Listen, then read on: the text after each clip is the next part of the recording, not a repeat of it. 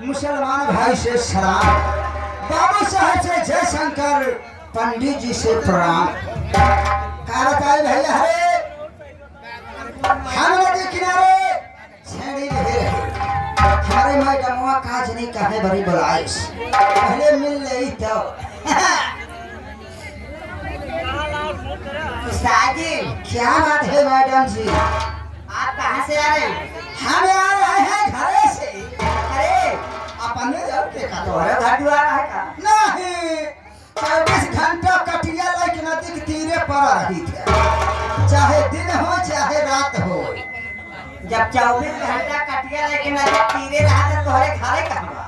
आयो घर न हो घर ना बा। जे जहां बा ओकर घर वही बा। हम जाना कहीं लेकिन छाला कहाँ बा? अरे जब गर्मा लगा था तो नदी मोलिया जाई था, जब चढ़ाई लगा था फिर नदी मोलिया जाए। ये तो भी मछली हो। हाँ सही कहा बेटा।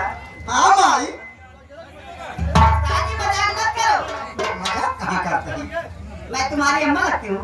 हम तो हर बेटवा लागी थे। हाँ जी हाँ। कैसे कैसे कैसे बताओ हमका? हाँ बताओ हमका। अरे मेरे बेटे हाँ माई मैं तेरी फूफू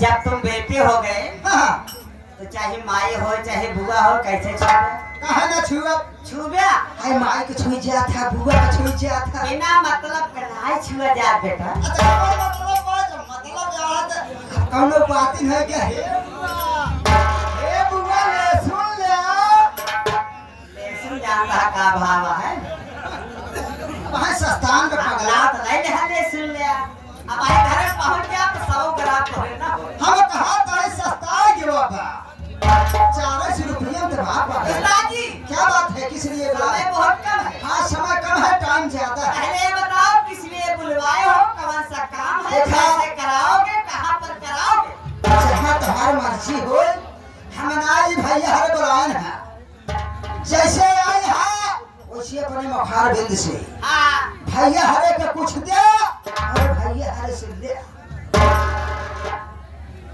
हमारे पास तो कुछ है ही ना हम काहे ना दे ऐ कौनो मनोरंजन दे इसका मतलब हाँ जब भैया हरे खुशी हुई है ना तो नोटिन से जेब निकाल ले ही